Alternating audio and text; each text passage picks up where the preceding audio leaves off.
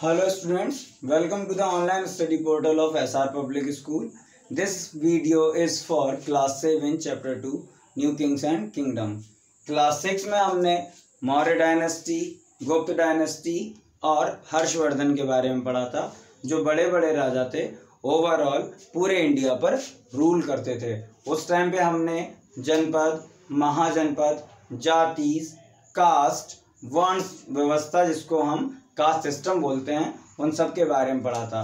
लेकिन after the death of Harshvardhan India में छोटे छोटे राजाओं का स्टार्ट हुआ।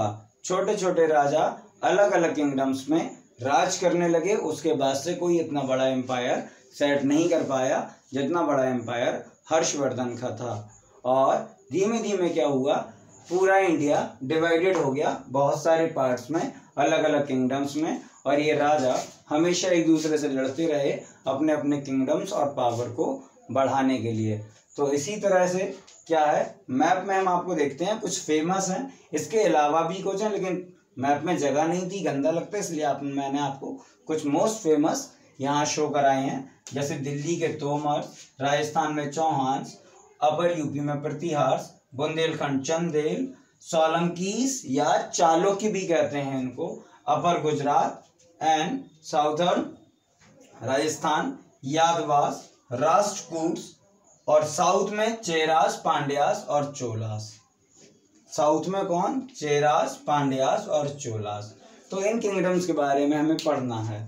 सबसे पहले इन किंगडम्स के बारे में पढ़ने से पहले हम गुर्जर और प्रतिहार्स के बारे में पढ़ेंगे, गुर्जर, प्रतिहार्स और चौहान। लेकिन एक चीज को हम थोड़ा सा रिवाइज करेंगे। जब किंगडम्स टूटे तो जब आप कम पावरफुल होंगे तो दूसरे राजा भी आप पर अटैक करेंगे। और इसी तरह से अरब, जो अफगान था, अफगान, ये वाला जो पाकिस्तान आपको मैंने छोड़ दिया है, एक्चुअली पाकिस्तान इंडिया में ही था उस टाइम। यहाँ अफगान के जो रूलर्स थे उन्होंने इंडिया पे अटैक किया।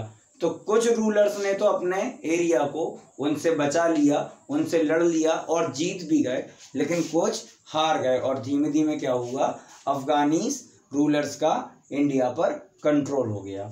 ओके, तो सबसे पहले हम पढ़ेंगे गुर्जर प्रतिहार्स के बारे में। गुर्जर प्रतिहार्स, गुर्जर प्रतिहार्स के फाउंडर थे नागभट्ट सेकेंड, और कैपिटल पहले उज्जैन थी।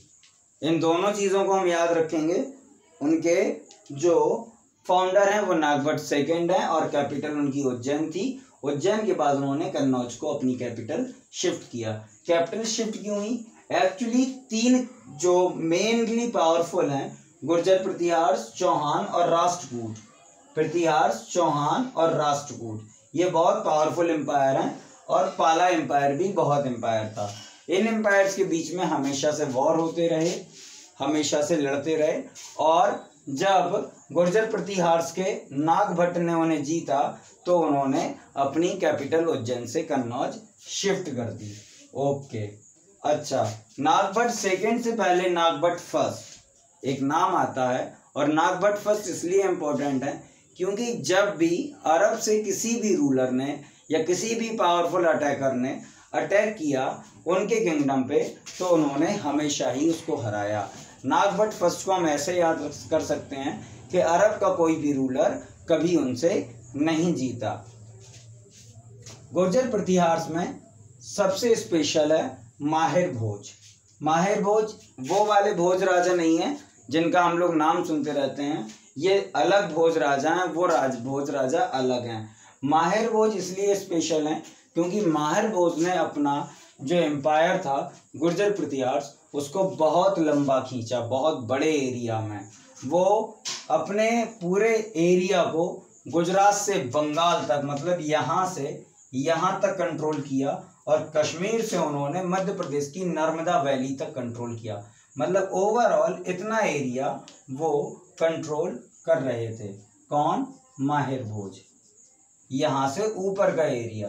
तो मतलब बहुत पावरफुल राजा माहिर भोज थे उस टाइम के, जिन्होंने इतना बड़ा एम्पायर सेट किया और पूरा कंट्रोल किया। अच्छा, एक चीज़ और माहिर भोज के बारे में, कि माहिर भोज जो थे विष्णु भगवान की बहुत पूजा करते थे, और उन्होंने एक टाइटल आदिवरा का खुद से लिया हुआ था, जो विष्णु भगवान का एक नाम माना जाता है। कहते ये भी हैं कि गुर्जर प्रतिहार्स जो हैं वो लॉर्ड लक्ष्मण, जो राम भगवान के छोटे भाई थे, उनके डिसेंडेंट, मतलब उनके वंशज, उनकी फैमिली ट्री के नीचे के लोग थे। ओके, लास्ट किंग जो गुर्जर प्रतिहार्स का था वो थे यशपाल, और यशपाल को अफगानी अटैकर मोहम्मद गजनी ने हराया, और फिर ये एम्पायर धीमे धीमे वीक होता चला गया। एक्चुअली हर एम्पायर में हर राजा पावरफुल नहीं हो सकता, तो जब तक उस राजा का रूलिंग पीरियड होता है तब तक वो एम्पायर का खूब नाम होता है, लेकिन जैसे ही जैसे वीक एम्पायर राजा चालू होते हैं तो एम्पायर्स वीक पड़ते जाते हैं और दूसरे राजा उन्हें कंट्रोल करने लगते हैं। इसी तरह से दूसरे राजा हैं चौहान, दूसरा जो एम्पायर है वो चौहान्स है। चौहान्स एक्चुअली जो वर्ड है वो चमहान नाम से आया है। चमहान क्यों? क्योंकि इसके जो फाउंडर थे वो चमहान, या उनका नाम वासुदेव था, और ये धीरे धीरे चौहान नाम हो गया। इन्होंने अपनी कैपिटल अजमेर को बनाया। ये जो तोमर, अब आप कहेंगे कि दिल्ली के भी राजा थे, एक्चुअली दिल्ली में जो तोमर्स थे वो इस फैमिली के रिलेटिव थे। मतलब जो हमने बहुत फेमस नाम सुना है पृथ्वीराज चौहान, जिन पर बहुत सारी बुक्स भी लिखी गई हैं, आपको कमेंट सेक्शन पे लिखना है कि कौन सी बुक्स पृथ्वीराज चौहान पर लिखी गई हैं और उनके राइटर्स कौन हैं। तो तोमर्स जो थे वो पृथ्वीराज चौहान के नाना थे, तो उन्होंने अपना एम्पायर पृथ्वीराज चौहान को दे दिया था, तो ये एम्पायर बढ़ के इतना बड़ा हो गया। और उसके बाद पृथ्वीराज चौहान ने क्या किया? पृथ्वीराज चौहान ने बुंदेलखंड के चंदेल को हराया और ये एम्पायर इतना बड़ा कर लिया। तो चौहान भी बहुत पावरफुल किंगडम था और इसके राजा भी बहुत पावरफुल थे। ओके, पृथ्वीराज चौहान के साथ एक प्रॉब्लम थी। एक्चुअली राजपूत जो थे वो 3 जगह डिवाइडेड थे। 3 जगह डिवाइडेड मतलब कास्ट सिस्टम में, जैसे उनके जो डाइवर्जन था, एक सूर्यपुत्र, एक चंद्रपुत्र और एक अग्निपुत्र, इनको हम वंशज भी कहते हैं, शौर्यवंश, चंद्रवंश और अग्निवंश। तो इसी तरह से राजपूत किंगडम तो बहुत सारे थे, लेकिन वो तीनों एक दूसरे में डिवाइडेड थे, एक दूसरे से लड़ते थे, यूनिटी नहीं थी, एक दूसरे को नीचे निकालने के लिए हमेशा लड़ते रहते थे। पृथ्वीराज चौहान ने एक एम्पायर था राठौड़ एम्पायर या गढ़वाल राठौर एम्पायर, छोटा सा एम्पायर था, बनारस उनकी कैपिटल थी। उनके राजा की बेटी से शादी की थी संयोगता से, तो वो उनसे चिढ़ते थे। और जब पृथ्वीराज चौहान का मोहम्मद गौरी से युद्ध हुआ तो उन्होंने किसी भी राजपूत राजा को उनकी मदद नहीं करने दी। पहले युद्ध में तो पृथ्वीराज चौहान ने उन्हें हराया, लेकिन दूसरे में हार गए, उसको भी हम समझेंगे। तो चौहान को हम फिर से समझते हैं। फाउंडर वसुदेव थे, जिन्हें चौहान भी कहते हैं, उन्हीं के नाम से इस डायनेस्टी का नाम चौहान हुआ। कैपिटल अजमेर थी। मोस्ट पावरफुल राजा थे पृथ्वीराज चौहान, जिन्हों को उनके नाना ने तोमर एम्पायर मतलब दिल्ली का एम्पायर दिया और उन्होंने चंदेल्स को हराया और इतना बड़ा एम्पायर सेट किया। फिर 1192 में क्या हुआ? उनका वॉर हुआ मोहम्मद गौरी से। तो पहले वॉर में तो क्या हुआ, मोहम्मद गौरी को पृथ्वीराज चौहान ने बहुत जल्दी हरा दिया और वो अपनी जान की मतलब उनसे मांग कर गिड़गड़ा कर बच के चला गया। लेकिन फिर वो 1-2 साल बाद बहुत अच्छी प्रैक्टिस करके वापस लौटा। और दूसरे वॉर में अब पृथ्वीराज चौहान ने एक बार हराया था तो उन्हें लगा कि उसे हराना इजी होगा, तो उन्होंने उतने फोकस से वॉर नहीं लड़ी और दूसरे वॉर में मोहम्मद गौरी ने पृथ्वीराज चौहान को हरा दिया। स्टोरीज में या कहानियों में हम ये भी सुनते हैं कि पृथ्वीराज चौहान को हरा दिया, फिर वो ले गया, ठीक है, और पृथ्वीराज चौहान ने वो अपने बाण से उसका सिर काट दिया और उसे मार दिया। तो वो स्टोरीज अलग हैं, फिलहाल हमारा इतना बेसिक है। अच्छा, ये 2 चीज़ें बहुत इंपॉर्टेंट हैं। First battle of Tarain, second battle of Tarain. Tarain के दोनों युद्ध हमेशा एग्जाम में पूछ लिए जाते हैं कि फर्स्ट बैटल ऑफ तराइन कब हुआ था, सेकेंड बैटल ऑफ तराइन कब हुआ था। तो ये दोनों आप याद रखेंगे। गुर्जर प्रतिहार्स में आप माहिर भोज को और नागभट्ट फर्स्ट को याद रखेंगे। तो एक बार हम फिर से रिवाइज करते हैं, ठीक है।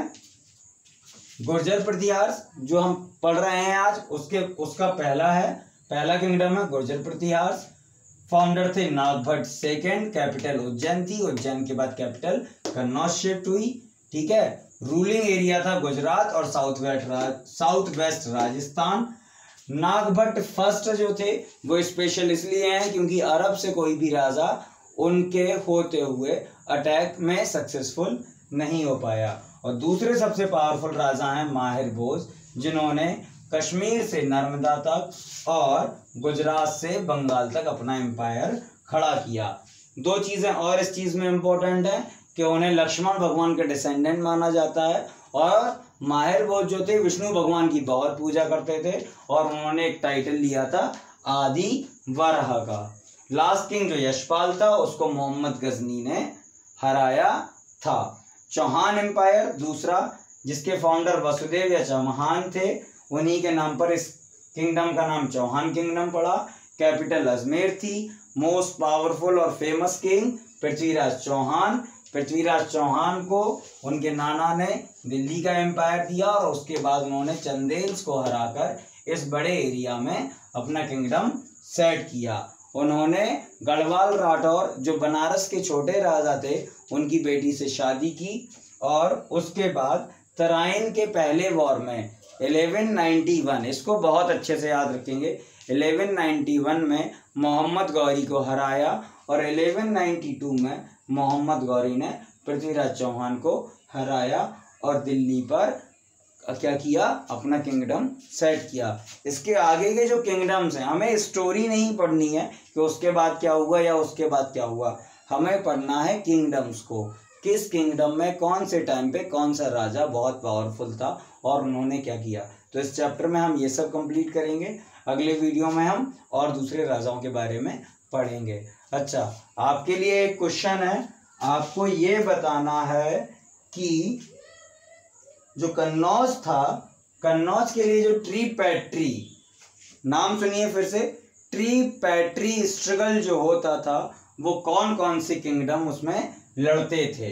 कन्नौज के लिए ट्रीपैट्री स्ट्रगल जो होता था उसमें कौन कौन से किंगडम लड़ते थे, ये आंसर आपको कमेंट बॉक्स में देना है। Thank you.